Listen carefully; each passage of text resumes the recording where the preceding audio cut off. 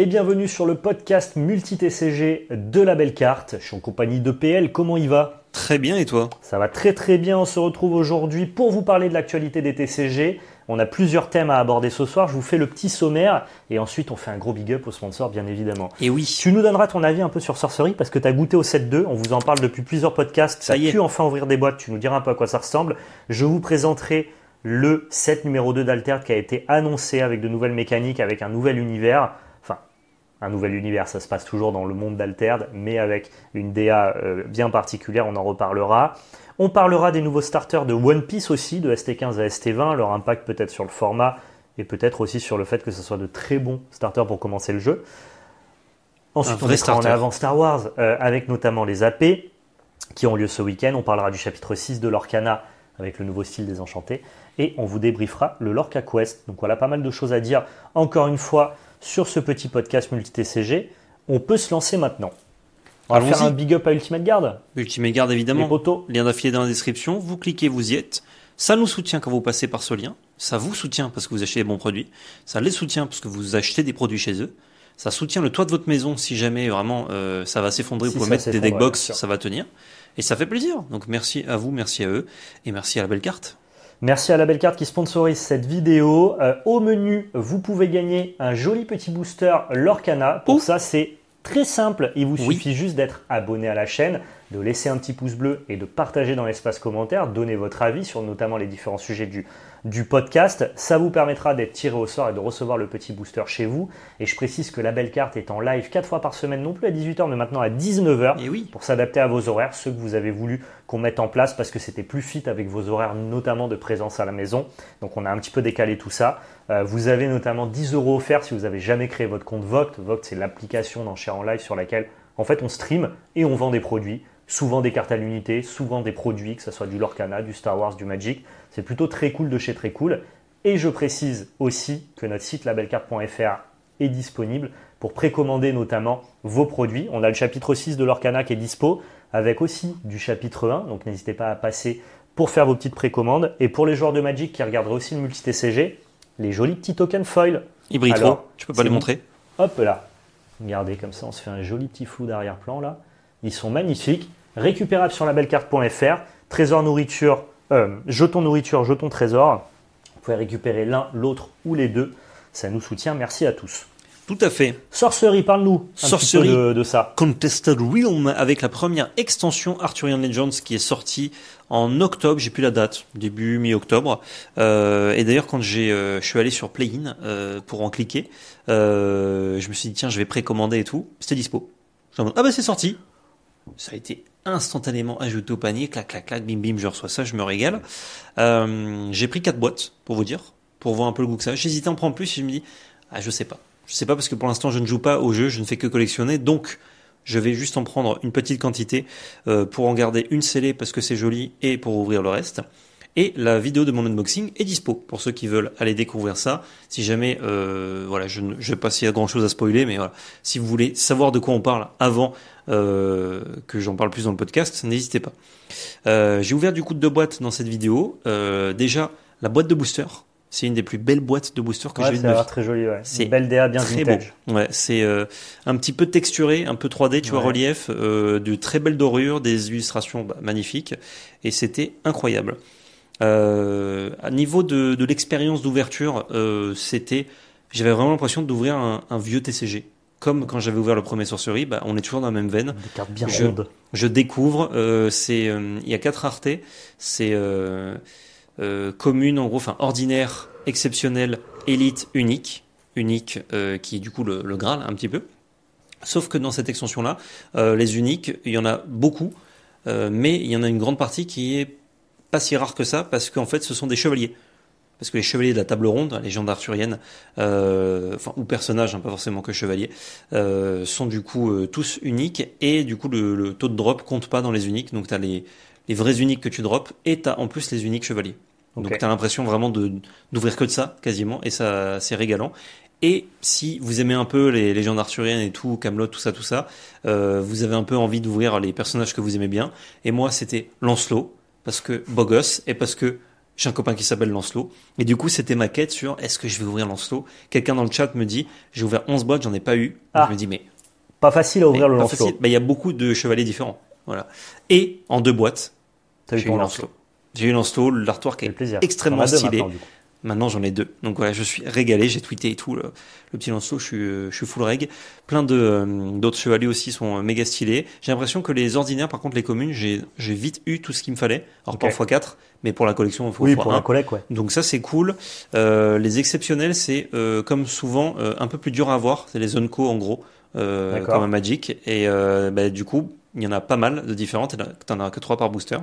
Et les élites, vu le nombre d'uniques que tu drops, en fait, les élites qui sont moins rares que les uniques, normalement, là, sont plus durs à avoir. D'accord, ok, tu drops plus d'uniques que d'élites. C'est ça. Bien. Donc, c'est rigolo.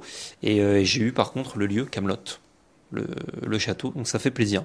Qu'est-ce que j'ai à vous dire là-dessus? Le gameplay, je ne peux pas vous dire, à part qu'il y a une nouvelle mécanique qui s'appelle Lance, en gros, qui est une mécanique un peu de joute de chevalier. Et ça marche très bien, c'est très flavor. Tous les chevaliers, je crois, ont cette mécanique-là. En tout cas, tous ceux qui sont sur un poney. Je suis pas sur un poney, ils n'ont pas forcément de lance. Et ouais, je me suis régalé à découvrir les artworks. Et à part 2-3 que j'avais vu passer sur les réseaux, je me suis rien spoilé avant.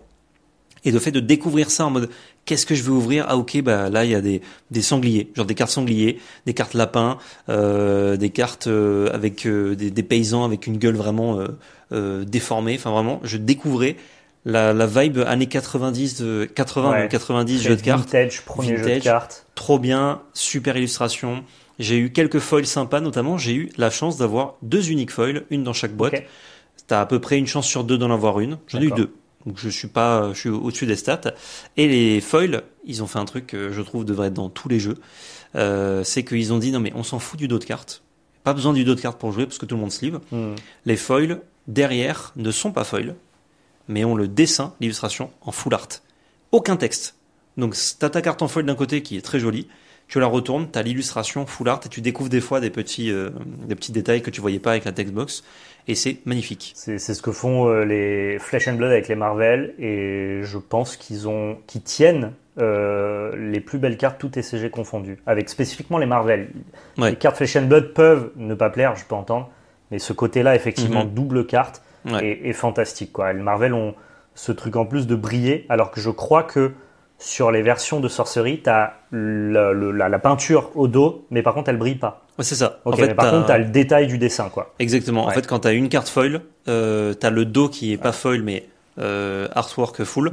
Et par contre, tu as la face avant qui est foil. Le fasse pas en brillante aussi, sur le dos. C'est dommage, mais je trouve que dans un classeur, entre guillemets, c'est très esthétique aussi d'avoir ta carte basique et ta carte full art à côté. Ça fonctionne peut-être mieux dans la DA vintage du délire. Ça marche bien. Mais le foil est très bien réalisé aussi. Moi, c'est du classique Rainbow Foil, mais ça met bien en avant. C'est bien. Ouais. Okay.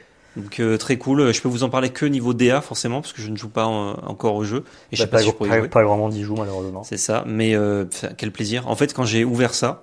J'ai encore une boîte que je me suis gardé à ouvrir peut-être avec des collègues pour le plaisir, ou peut-être en vidéo sur YouTube, je ne sais pas. Et je vais en garder une scellée. J'ai vraiment ce plaisir d'ouverture ça me régale et j'ai envie de faire des full sets. J'ai pas encore fait avec la bêta. Faudra que je le fasse avec Arthurian Legend de compléter mes sets parce que bêta c'est un peu cher certaines uniques, alors que là ça a l'air d'être assez ok. Et est-ce que tu pourrais deviner l'unique qui est le plus recherché? Moi, non. Comment? Légende arthurienne. Ah, dans les légendes arthuriennes. Ah, pardon, parce que je disais, non, je connais pas le set. Le roi Arthur? Le Graal. Ah, oui, oui, évidemment, ouais. Le Graal, ok. Ouais, le Graal, et on me l'a dit, du coup, parce que j'étais en mode, je sais pas du tout les chase cards, je me suis pas renseigné, j'étais en mode, si j'ouvre une dinguerie, je veux même pas le savoir, entre guillemets. C'est vrai qu'il y a ce côté très vintage, un peu à la Magic, où on cherche surtout à avoir des items, des artefacts, des mox, un peu comme les fables aussi à Flesh and Blood. Et donc, du coup, le fait que le Graal soit c'est le Graal, quoi. Une espèce de calice, quoi, une coupe, c'est ça. Une coupe dans laquelle Jésus aurait bu. C'est effectivement, il y a ce côté artefact un peu comme les mox, très collectible. C'est ça.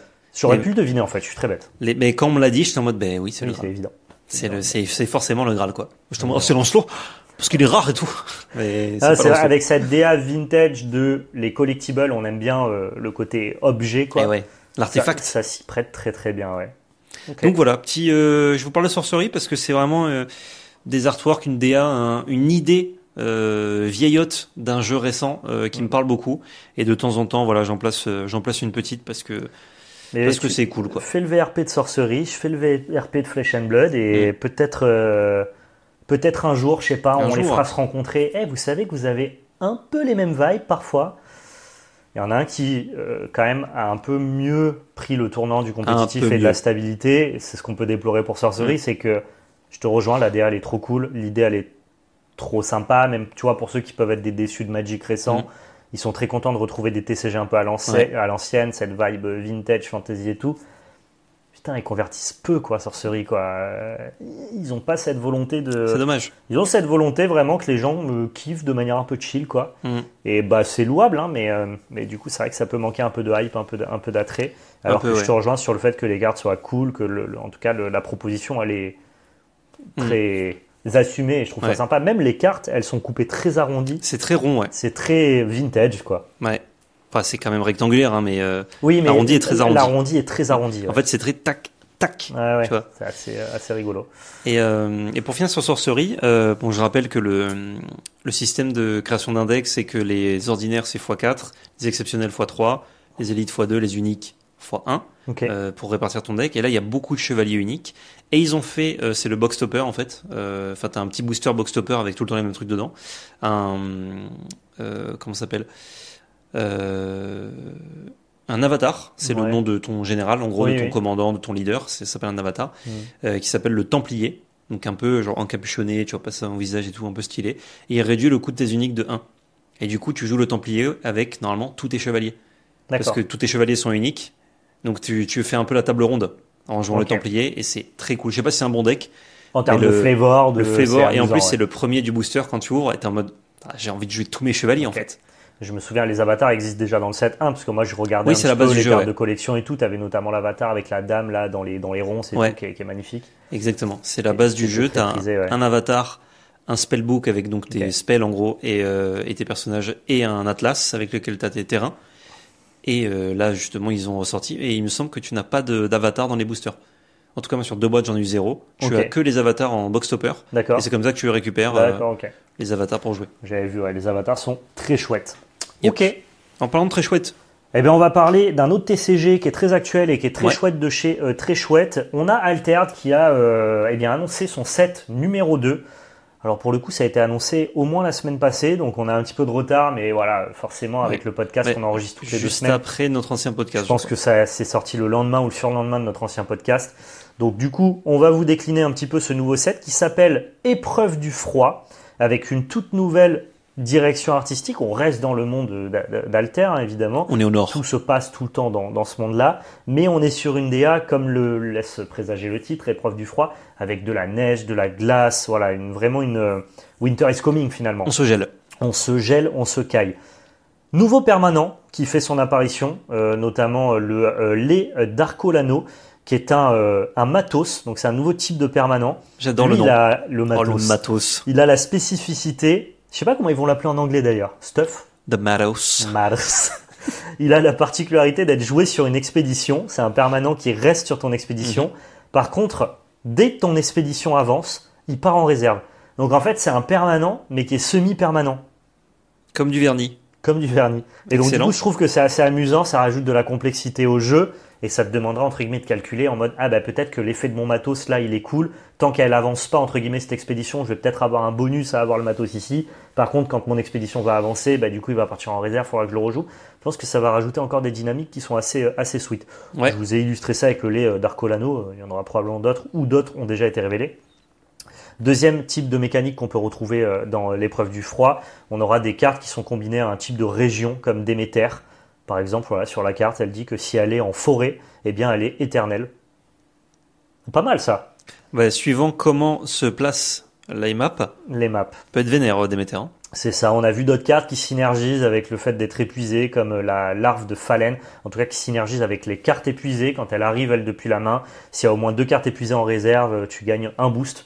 Donc voilà, pareil, ça va, entre guillemets, rajouter un peu plus de texture de game, plus de choses à prendre en compte dans un jeu qui est déjà... ma foi, très riche et varié pour le set numéro 1. Donc je trouve ça... C'est quoi de cartes épuisées ? Le fait qu'elles aient fugace. Ah, ça s'appelle épuisé d'avoir fugace ? Je suppose, c'est ce que j'en ai compris, non ? Pour moi, c'était genre engagé ou quoi, épuisé, mais peut-être que c'est ça, ouais. Peut-être que c'est une nouvelle mécanique et j'ai pas compris. Hein. Il y a moyen que ce soit une mécanique parce que épuisé, ça me parle pas dans Altered. C'est dans... Je sais pas pourquoi, j'ai automatiquement assimilé ça au fait qu'elle soit fugace. Et c'est peut-être ça, hein. Mais du coup, c'est bizarre de pas appeler ça Si au moins 2 fugacé. cartes épuisées en réserve, je gagne un boost. Mais toutes tes cartes en réserve sont épuisées?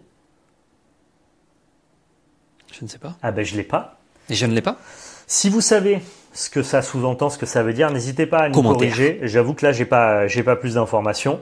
On a un nouveau tumulte qui est magnifique. Quoi t'es-ce un tumulte? Alors le tumulte, c'est la map que vous avez au milieu des deux joueurs et qui permet aux expéditions d'avancer, en tout cas de faire se rejoindre le héros et le compagnon. C'est un petit peu le lore d'Altered, c'est que le héros explore un côté de la map, le compagnon explore l'autre côté, et le but c'est de les faire se rejoindre, et donc ils doivent traverser cette map qu'on appelle le tumulte, qui est magnifique. Là je trouve la DA version enneigée comme ça, qui est très très belle. Alors évidemment par contre les 15 skins, on est d'accord. C'est 15 skins, les biomes de la map ne changent jamais, c'est toujours les mêmes biomes qui vont s'alterner selon comment tu révèles la map au début du jeu, quoi. Petite spécificité, je sais pas si tu le savais, il n'y a pas de nouveaux héros. Je le savais et je crois même qu'à l'extension suivante, il n'y en a toujours pas. Alors ça, j'ai pas plus d'infos. Si je dis pas de bêtises, c'est l'année prochaine. Enfin, d'accord. Un an, donc ce sera peut-être dans l'été. Et en même temps, quand tu vois déjà la complexité du jeu avec le set, la profondeur, les différents types de builds pour un seul et même héros, sachant qu'il y a 3 héros par faction, on a déjà pléthore de decks différents qui fonctionnent. T'as les Kojo ramp, les Kojo aggro, les Kojo fondation, les Kojo ceci, les Kojo fonderie, pardon. Et c'est à peu près pareil pour chaque héros dans plusieurs factions. Ça m'étonne pas qu'ils aient pas mis en avant de nouveaux héros. Et honnêtement, il y aura déjà bien à manger avec les héros qu'on a actuellement, parce qu'on a certains héros, Astadi, Lindiway, qui sont pas du tout joués par exemple, et qui eux recevront peut-être du support. Et donc finalement, c'est comme si c'était des nouveaux héros avec ce set. C'est comme ça que je le vois. Ça, c'est un film Disney. Il y a nouveaux héros. Oui, tout à fait. Il y a 12 héros du set qui seront mis à l'honneur, alors qu'on en a 18 actuellement. Donc, m'est avis. Donc, il y en a 6 qui sont rénés. M'est avis que les 6 héros de base, qui sont donc notamment ceux des préconstruits, ne seront pas mis à l'honneur dans ce deuxième set. Et que justement, tous les héros comme Rin, Arjun, Nevenka, qui peuvent. Aurak, pardon, qui peinent totalement à exister actuellement. Ben en fait, c'est comme si c'était de nouveaux héros, parce qu'on les joue pas. Et peut-être qu'on aura du support pour ces héros-là, là où je pense que les héros de base qui sont présents dans les préconstruits ont tous des... j'ai dit Nevenka, pardon, elle est dans le précom, vous avez compris. Lindiway, si tu mets une carte sur 2 qui fait sacrifier quelque chose, d'un coup, on a envie de la jouer, quoi. Ouais, voilà. Et donc, du coup, en fait, il n'y a pas de nouveaux héros, mais je pense qu'on va pouvoir jouer de nouveaux decks juste avec les héros préexistants, les jouer qui sont assez malins, ou alors les jouer différemment, en poussant avec des nouvelles cartes. Et je théorise que du coup, les 12 héros qui seront mis en avant sont ceux qu'on n'avait pas en préconstruit. J'ai pas l'information. Je suppose, oui. Et j'imagine que ils seront présents avec un nouveau skin, probablement hivernal. Et tu sais quoi? Potentiellement même 6 préconstruits, un de chaque couleur, et le héros de base des préconstruits, c'est pas le héros de base de la première extension. Et ils font tourner. Ouais. Ce qui expliquerait qu'il n'y ait pas de nouveaux héros potentiellement avant un an, si l'info que j'ai eue est vérifiable. Et que du coup la prochaine extension encore, ça sera encore 6 héros qui sont mis en avant en préconstruit, mais du coup là ils ont dit qu'ils allaient en mettre 12 de héros en avant. Donc ça veut dire que dans tes boosters, tu auras quand même probablement des héros qui ne sont pas issus du préconstruit. Sinon ils n'auraient pas dit 12, ils auraient dit qu'ils mettaient 6 héros en avant. Je pense qu'ils boostent les mécaniques de 12 héros, mais que tous les héros seront présents. Je pense. De ce que j'ai lu, des informations que j'ai trouvées, il y a seulement 12 héros qui sont mis à l'honneur. Ok, parce que comme il y a du limité, c'est logique que tu aies j'ai cru comprendre qu'il y en a 6 que tu verras pas. Ok. Mais encore une fois, c'est les premières infos. J'ai pas toutes les infos, peut-être que vous pouvez me corriger dans l'espace commentaire. J'ai cru voir un artwork avec Kojo, moi. Ah, mais peut-être que du coup, Kojo est mis... Moi, c'est une théorie. Oui. De par le fait qu'il y en ait 12, j'estimais que c'était assez sweet, entre guillemets, de pas remettre ceux qui avaient un préco. C'est peut-être pas du tout leur ambition. Peut-être qu'ils en ont pris 12 parmi les 18, qui sont les 12 qu'ils ont envie de pousser ce set-là. Pour le rouge, ils prennent Kojo et Koju. On adore, en fait. Et Astadi, finalement, même dans un an, on le jouera toujours pas, parce qu'en fait, on l'aime pas. Donc, on s'est rendu compte. J'ai pas plus d'infos là-dessus que ce que je vous ai donné. Intéressant déjà, ouais. C'est comme le reskin hivernal, je suppute et j'en ai aucune idée, quoi. Donc on verra bien. En tout cas, ce que j'ai vu... Tu balances des trucs, tu sais pas, toi. Bah là, on fait que théoriser. Le seul truc qu'on sait, c'est que le nouveau set il s'appelle comme ça, qu'il y a ces nouvelles mécaniques qui sont mises en place et qu'il y a du matos et que c'est un set hivernal. Je trouve que l'ADA est magnifique. En tout cas, moi, de ce que j'ai vu là, les cartes, ça me plaît beaucoup. Alors qu'en plus, à la base, je ne suis pas le plus familier avec l'univers d'Altered, que je trouve qui est très emprunté du MOBA, League of Legends et tout, et qui n'est pas forcément l'univers que je pratique le plus. Il commence à me cueillir, hein. Finalement, quand tu t'y prends dans Altered, tu trouves ça très, très sympa, c'est très visuel, très coloré, j'aime beaucoup. Je m'y fais, mais en tout cas, je n'ai pas été happé par le prisme de League of Legends comme certains. C'est-à-dire que je m'y fais parce que je pratique et que j'aime ça. Et donc, du coup, je trouve l'ADA... épreuve du froid très très jolie. On vous tiendra au courant dès qu'on a plus de news là-dessus, tout simplement dans de prochains pots de cast. Tout à fait. Parlons des starters de Wampy. Ouais, One Piece qui lance ses prochains starters qui font énormément parler d'eux. Donc, les starter decks. Les starter decks, c'est un peu des decks de démarrage qui sont des decks prêts à jouer pour pouvoir commencer à découvrir le jeu. Généralement, dans One Piece, ils sont assez malins. Il n'y a pas, comme à Yu-Gi-Oh!, deck de démarrage et structure deck, où les structure decks sont meilleurs que les decks de démarrage, ou un peu comme Magic avec reconstruit les challenger decks. Là, tu n'as que des starter decks, ils sont tous plutôt de bonne qualité, c'est-à-dire très rapidement jouables, avec des mécaniques qui sont sympas, dans lesquelles tu prends du plaisir. Tu peux t'affronter avec 2 starter decks à One Piece, tu vas t'amuser. Je parle d'expérience, on l'a déjà fait. Et ils mettent surtout des cartes exclusives à ces starter decks que vous ne retrouvez pas dans d'autres extensions. C'est des mini-sets en fait. Oblige en fait les gens qui jouent, qui veulent récupérer ces cartes-là à acheter les starter decks. C'est ça. Mais ça coûte pas cher. Ça coûte pas cher. Sauf si tu achètes 2 exemplaires de chaque. Mais... Sauf quand la disponibilité vient à manquer et qu'un starter deck devient particulièrement méta. Ça a été le cas notamment sur certains starter decks par le passé. Je n'ai pas d'informations sur les starters actuels. Je pense que globalement la quantité est là maintenant sur One Piece. Mais ça a pu poser des problèmes avec le fait de vouloir récupérer instantanément les meilleures cartes d'un starter deck qui du coup a vu son prix augmenter. Tout à fait. Tu risques ça, c'est un peu gênant. Au niveau des 15 leaders qui sont mis en avant de ST15 à ST20, on a 15 leaders. Non, il y en a 5 de ST15 à ST20. 6, voilà, pardon. Il y a Barbe Blanche, donc le ST15. Ensuite, le ST16, c'est Uta. Le ST17, c'est Luffy. Le ST18, c'est Luffy. Le ST17, c'est Doflamingo. Le ST19, c'est Smoker. Et le ST20, c'est Katakuri. Donc, c'est les persos qui sont mis à l'honneur. Si jamais vous voulez découvrir et commencer One Piece, vous pouvez commencer par un de ces starters. C'est très, très cool. Et dans le lot, notamment Doflamingo, qui est donc le starter deck identifié comme étant le plus puissant. Et actuellement, on peut un petit peu savoir à quoi ressemble le méta avant que les cartes soient sorties, parce qu'au Japon, ils ont quelques mois d'avance. Et donc, c'est sorti déjà. C'est déjà sorti au Japon, et Doflamingo est devenu automatiquement tier 0 du format. Tier 0, ça veut dire que c'est le deck le plus joué, le deck le plus fort, le deck le plus populaire. Donc ceux qui vont commencer One Piece actuellement, vous mangez très très bien, parce que vous pouvez commencer directement en achetant je crois qu'il faut en acheter 2 pour avoir... Pour que ce soit complet, il faut en acheter 2 et acheter quelques Jimbei, je crois. Exactement. Pour pouvoir jouer le deck, il faut acheter 2 starter decks Doflamingo parce que les cartes exclusives au starter deck ne sont présentes qu'en 2 exemplaires et non pas en 4. Mais du coup, vous achetez 2 starter decks Doflamingo, vous achetez quelques staples, c'est-à-dire de très bonnes cartes des extensions précédentes qui viennent agrémenter le deck et vous avez un des meilleurs decks du format pour un coût qui est assez modique. Et c'est à la fois très bien et pas très bien. Parce que si c'est si fort que ce que les gens ont l'air de théoriser, et que du coup ça amène peut-être à devoir prendre une décision d'équilibrage ou de ban, et ben tous les gens qui vont rentrer dans le jeu avec le starter deck Doflamingo vont se retrouver un peu deck. Donc fais attention à ça quand même. Je trouve, alors déjà dommage parce que le but des starters c'est qu'ils ont tous un niveau à peu près correct et pour faire la bagarre. Donc là si vous voulez commencer One Piece avec quelqu'un, n'achetez pas Doflamingo. Prenez-en un autre, votre collègue il en prend un autre. Tu penses qu'en version starter, il est plus faible que les autres? Ouais, parce que franchement, que les autres, les autres j'ai pas vu, mais j'ai vu Doflamingo par rapport aux versions compétitives, il est vraiment très proche. Du coup, pour éviter le truc de tu gagnes tout le temps, ne prenez pas le même. Si par contre vous voulez commencer les tournois One Piece, Doflamingo super.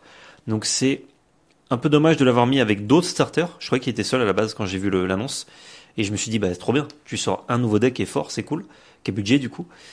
Là, le problème, c'est qu'il est un peu trop fort, trop vite, mais ils ont envie de vendre leurs produits. Donc, si ils doivent enlever quelque chose, ils vont ban autre chose, notamment potentiellement le Jimbei, qui est joué dedans, qui est Ouais, très fort, que les ils vont gens aller rajoutent. toucher autre chose que ce qu'il y a dans le starter. Parce que- Ils vont pas tuer le deck, quoi. En gros, tu as beaucoup de boucles. Le but, c'est très simple de ce deck-là, c'est de jouer des Shichibukai qui coûtent 4 ou moins. Et du coup, tu joues que ça quasiment. Des Boa Hancock et des Jinbei principalement, Voilà, et des Moria. qui vont faire que tu vas regarder le dessus de ton pack pour trier un peu, pour que la prochaine fois que tu l'actives, tu puisses jouer un truc gratuitement. Qui, quand ils arrivent en jeu, t'en font jouer un deuxième. Quand ils arrivent en jeu, te font reprendre un en main, qui a un effet d'arrivée en jeu sympa. Donc ensuite, tu vas le rejouer gratuitement, etc. Pas tout ça dans le même tour, mais tous les tours, faire de la value comme Tu ça. as envie de faire jouer globalement tes Shichibukai gratuitement. Voilà. Et ils ont des stats qui sont pas dégueux de base. Pour certains qui ont même pas d'effet, ils ont juste des très bonnes stats et La Boa Hancock a des stats délirantes, la voilà, bloqueuse. qui bloque, ça n'a aucun sens. Et typiquement, si vous enlevez une carte qui est jouée x4 du deck, déjà le deck il prend un petit coup, Ouais. qui reste jouable, mais il prend un coup et on ira chercher des Shichibukai moins intéressants. Donc, je vais pas parler pour Bandai.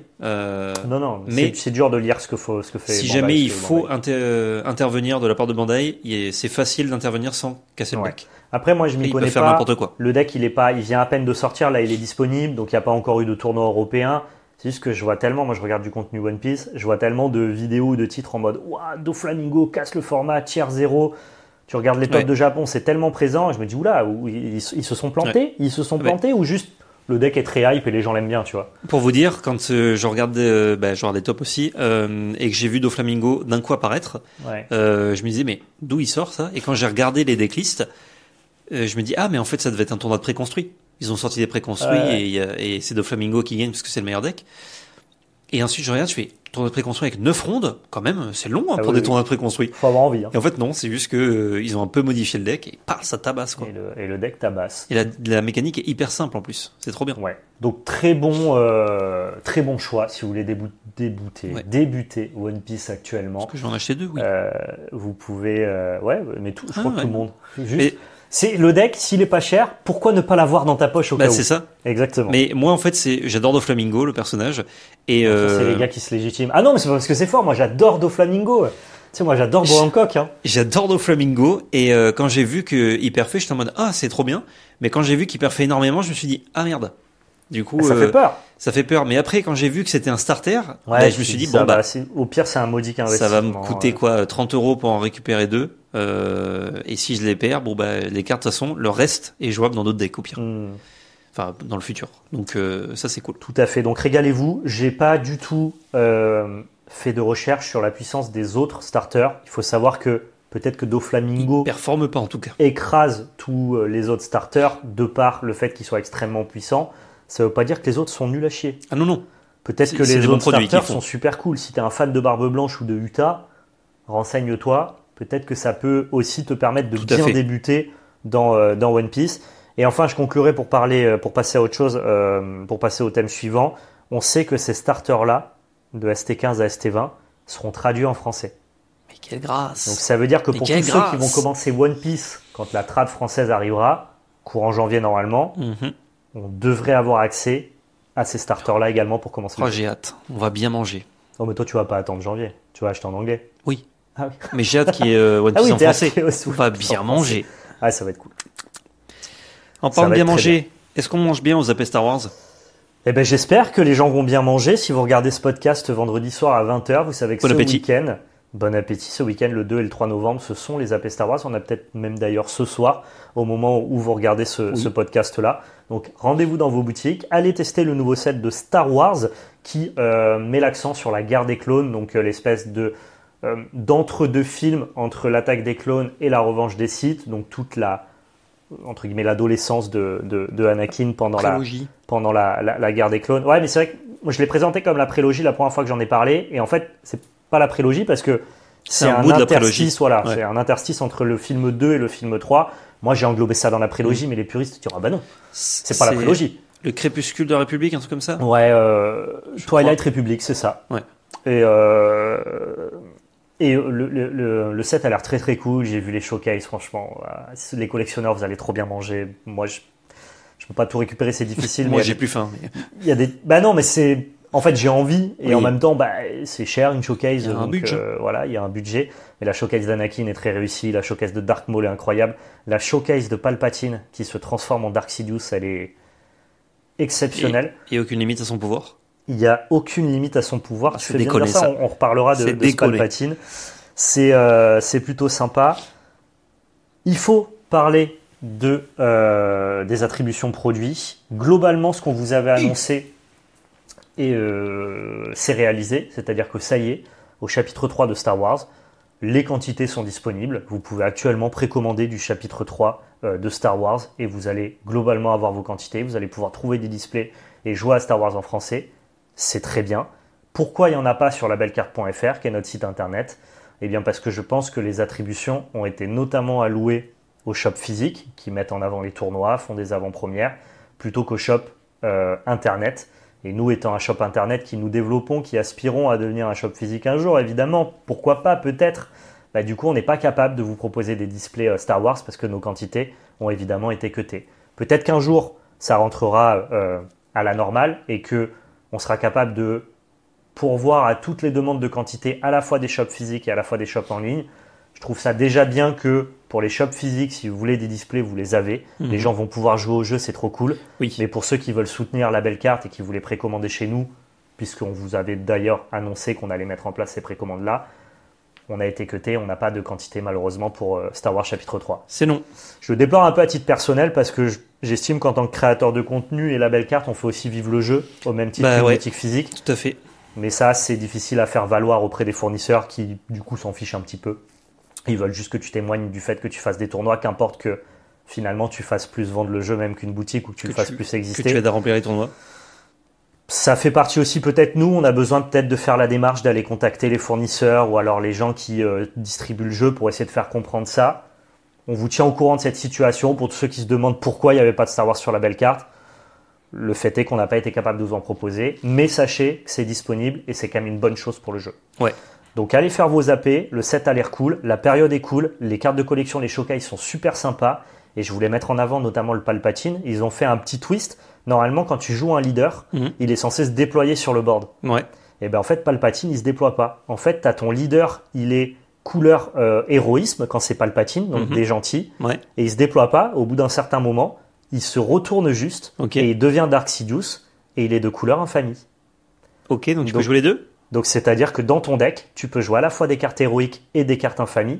C'est juste que quand il est en héroïque, tes cartes infamie coûtent 2 de plus. Et quand il est en infamie, tes cartes héroïques coûtent 2 de plus. Ok. Alors là, le twist au deck building, régalez-vous. Je pense que c'est pas très compétitif de faire ça. Non, c'est très dur. Mais que c'est très stylé niveau flavor. C'est très stylé niveau flavor. Sachant que par contre, normalement, les leaders se déploient quand tu as 4 ressources, 5 ressources, 6 ressources en fonction de la puissance du leader. Lui se déploie dès lors que tu actives sa condition. Et sa condition, je crois que c'est de faire mourir un de tes alliés. C'est de faire comme ça.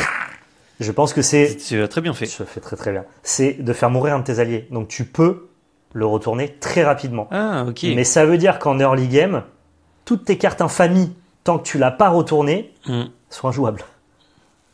Ça m'a l'air d'être une idée de merde, mais j'adore. C'est une idée de merde, mais j'espère qu'il y a des gens qui vont pondre des deck builds très savants avec ce Palpatine parce que le flavor est vachement cool. Et tu peux pas le re-rendre gentil, je suppose. Quand il est si douce, il est genre, si douce. Non, je rigole. Non, en fait... Ah ben non, je suis c'est une blague, c'est une blague. Je suis sénateur. Non, mais je suis pas Sith, vous imaginez si j'étais Sith?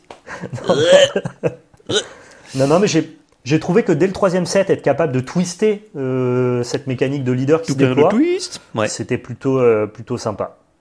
Comme de toute façon, il n'y a aucune limite ni à son pouvoir, ni au deck building dans Star Wars. En fait, déjà de base, tu peux mettre toutes les cartes que tu veux. Si elles sont off-color, tu les payes plus cher. Ouais. C'est juste que là, lui, il passe vraiment de la couleur gentille à la couleur méchante. Je trouvais ça assez amusant. Et c'est dommage que ça taxe les deux, alors que ça aurait pu taxer rien. Parce que du coup, t'as pas... Ouais, mais c'est un leader qui se déploie pas. Oui, mais ça devient broken, parce que tu joues un panel de cartes qui est plus large que tous les autres jeux. Ouais, mais c'est au coup de ne pas avoir une super créature. Au coup de pas se déployer. Ça aurait pu être ça, tu vois. Ça aurait pu. Mais non. Non. C'est pas. Bref. Tu disais que ce 7 a l'air cool. Ouais. Je te propose de parler du 6 de l'Orcana. Oh, et qui, franchement, avait pas l'air cool. Ah, là, c'est mieux, là. Devenir giga cool. Là, c'est mieux, là. Le chapitre 6 de l'Orcana, qui, je vous rappelle, est en précommande disponible sur labellecarte.fr. Mais le petit bundle. Parce que là, pour le coup, ça, on en a. On a les attributions, ça fait plaisir. Merci à Ravensburger de nous faire confiance en tant que boutique physique, boutique internet, pardon. Merci à eux. Et petit bundle avec chapitre 6 et d'autres chapitres. Ouais, on a des bundles chapitre 6, chapitre 5, chapitre 6, chapitre 1, chapitre 1, chapitre 5. Donc n'hésitez pas à visiter laballecarte.fr pour checker ça. Chapitre 6, on avait fait la première review spoiler. On n'avait pas beaucoup à manger. Il n'y avait pas trop de légendaires qui avaient été mis en avant. Ça savait pas trop dans quelle direction allait le set. On voyait beaucoup d'objets, d'inventeurs. Ça avait l'air un peu folklore. Là, vous avez vu notre review spoiler dernière review spoiler sur la chaîne Lorcana. C'est sorti ? Ouais. Ça y est, juste la veille. Ah, juste la veille. C'est sorti juste la veille. On va vraiment bien manger. Ils ont annoncé 3 légendaires dont on est à peu près sûr que les cartes elles vont être assez patates. Je pense au John Silver qui se chiffre très facilement sur de très bons John Silver avec des stats un peu ahurissantes. Je pense à la Tiana qui est top haute curve de deck aggro. Mais on n'en a même pas parlé. C'est Staple d'Hyper Rush. Je vois pas à quelle heure elle est même pas jouée dans Mufasa. Ouais, mais en fait c'est juste une bonne carte au global. Hein. Ouais. Dès que tu peux jouer un drop 3 non ancrable, ça peut se mettre dedans. Elle est vraiment très bien cette Tiana. Et l'autre carte qui a l'air en termes de surstatage, qui est très caractéristique de la couleur rouge, on a Maui Requin, qui lui pareil participe à donner beaucoup de hype à ce set-là. Donc voilà, on avait peur que le set 6 soit peu impactant en termes de cartes. Ils nous ont révélé du très bon jus dans la dernière fournée. Et j'avais aussi envie de parler du chapitre 6 parce qu'ils ont révélé le nouveau style d'enchanté. Est-ce que tu l'as vu ? Je l'ai vu. J'ai vu 3 enchantés, je crois. Mais écoute, moi j'ai déjà vu ça ailleurs. Je veux dire que t'aimes pas. J'ai déjà vu ça à Flesh and Blood. Ouais, c'est vrai, les tomes. T'as raison. J'ai déjà vu ça à Magic. J'ai même pas franchement avec les tomes. Je savais que j'avais déjà vu ça. Oui. Et j'avais pas capté que c'était avec les tomes. J'ai déjà vu ça à Magic, avec les artefacts de Brothers War par exemple. Ouais, ok. Après, c'est l'effet crayonné, un peu parchemin, carte au trésor, tout ça. Ça fonctionne avec l'univers de Disney. Avec le chapitre 6 particulièrement. Je trouve l'idée bien quand j'ai vu Basile au début. Je me suis dit, pas mal, je suis pas spécialement client, mais en foil, à mon avis, ça doit être joli. Mais ça a l'air d'être toutes les enchantés du set qui sont comme ça, et je suis un peu déçu. J'aime beaucoup les enchantés qu'ils font de base. Alors, il y en a qui passent un peu inaperçus, d'autres qui sont très bien. Moi, j'aime beaucoup les nouvelles enchantées qu'ils ont sorties pour le chapitre 5. Je trouve que c'est les plus belles. Ce nouvelle DA avec le fond, avec la nouvelle frame, avec le fond très coloré. Ouais. Je trouvais que ça rendait très bien. Ouais. Là où les 4 premiers chapitres avaient tous le même style d'enchanté. Et avec le chapitre 5, ils avaient décidé d'initier une nouvelle DA. Et j'aime bien la continuité de peut-être que maintenant, en fait, à chaque chapitre, on aura des enchantés qui sont particulières. Moi, j'étais pas fan des enchantés des 4 premiers chapitres. Le chapitre 5, ça m'a en mode waouh, ok, j'aime bien. Ouais. Le Mufasa est exceptionnel, par exemple. Ouais. Là, honnêtement, j'aime pas du tout la DA. Je trouve que ça rend pas, c'est pas très joli. Je n'aime pas du tout non plus. Je trouve pas ça beau. Mais par contre, ce que ça raconte, c'est-à-dire qu'à chaque nouveau set, on aura de nouvelles enchantées. Ça me fait kiffer. Ouais, ça par contre, ça peut être sympa. En tout cas, quand tu prends l'extension 5 et 6, ça a l'air d'aller vers ça. Ouais. Et par contre, je suis curieux de les voir en vrai en foil parce que là, avec les screens, ça rend pas ouf. Je pense que il y en a peut-être, si elles sont les 12 comme ça, une ou deux qui rendraient très bien, très jolies. Oui, c'est peut-être plus joli. Parce qu'il y a un peu de touche de couleur quand même. Tu vois, il y a un peu de vert, un peu de ci, un peu de ça. Juste que la DA parchemin, comme tu dis, on la connaît, c'est pas ma DA préférée. Non. Moi, j'aime bien quand il y a plein de couleurs, notamment celle du chapitre 5 qui me parle beaucoup. Tout à fait. Chapitre 5, c'est parmi les plus belles enchantées. Elles sont exceptionnelles. C'est vraiment très beau. Donc voilà, dites-nous ce que vous pensez, vous, de ce nouveau style d'enchanté. J'ai pas trop vu de retour, ni négatif, ni positif. Non. Je pense que les gens sont très en mode, ok. Ça existe. Ouais. Ce qui en dit pas forcément, c'est pas forcément positif pour les collectionneurs, mais bon. Écoutez, on verra bien ce qui nous sort pour le chapitre 7. En fait, j'ai l'impression que, juste pour finir là-dessus, j'ai l'impression que c'est une rareté qui aurait dû être un truc d'un bundle intermédiaire, d'un trove, d'un truc sympa, tu vois, à récupérer, mais pas enchanté. Je trouve. Après, c'est parce que ça me plaît pas particulièrement. Ils ont testé un style. Il se peut que ce style-là soit pas le style préféré des gens. Non. Mais encore une fois, s'ils testent des styles différents à chaque fois, je suis plutôt in là-dedans. Et enfin, on va prendre le temps rapidement parce que on en a déjà parlé en stream. J'ai sorti une vidéo qui fait la rétrospective à la fois des coulisses et un petit peu du méta. On voulait vous parler du Lorca Quest, déjà pour vous dire merci. Ce bel événement, merci beaucoup. Très bel événement parce que nous, la communauté Lorcana, oui, on en fait partie avec notamment Valepel Lorcana FR, mais on n'avait jamais fait de cast d'événements. Autant on est très légitime sur Magic parce qu'on fait ça depuis des années. Autant sur Lorcana, vous nous aviez jamais vu faire ça. Et les retours ont été très bons. On a eu que des bons retours. Ouais, merci surtout, beaucoup. Les stats ont été au rendez-vous. On a avoisiné les stats d'un challenge Lorcana européen. Ouais. Alors que c'était sur notre chaîne YouTube à nous. Je pense qu'on a aussi réussi à convertir un public qui n'étaient pas forcément Lorcana oriented sur ces castes-là, et tant mieux, tu vois, si on peut aussi faire découvrir Lorcana. Mais on ne savait pas exactement ce que ça allait donner. Est-ce que même la communauté Lorcana, autant on va être validé en tant que créateur de contenu, mais c'est pas la même chose que d'être validé en tant que caster. Et de ce que j'ai vu, même la communauté compétitive Lorcana a été plutôt satisfait de notre cast. Il y a des gens qui ont même regardé les games de eux qu'on a castés. Leur game qu'on a casté et qui m'ont fait de très bons retours, notamment Thibaut que je salue. Il m'a dit qu'il a vraiment adoré la game, par exemple, qu'on avait casté de lui. Et c'était toi et Adi. Moi et Maxi, ouais. Toi et Maxi. Ouais. Et pour vous dire que c'est validé de notre côté, que du coup on a très envie de continuer à caster du Lorcana. De fou. Que les retours sont bons et qu'on vous remercie de nous avoir laissé notre chance. C'est-à-dire que on n'était pas référencé caster Lorcana, les gens auraient pu juste pas venir. Ouais. Et les gens sont venus. Et on trouvait que c'était cool. Et vous avez régalé. En plus qu'on fait pas spécialement de Lorcana sur Twitch, notamment depuis qu'il n'y a plus... non, mais c'est pour ça, pas du tout, quoi. Pixelborn. Depuis qu'il n'y a plus Pixelborn. Donc ouais, c'est très cool. Expérience super agréable. C'est trop agréable à caster du Lorcana. Il y a toujours des games sympas. Les gens sont cool, les gens sont bons. C'était bien encadré. On a une régie qui nous a vraiment bien carré, qui était hyper cool. D'ailleurs, j'ai eu un petit retour de la régie qui nous ont détesté. Non, c'est pas vrai. Ça m'aurait étonné. Ils avaient besoin des rushs que je leur ai envoyés.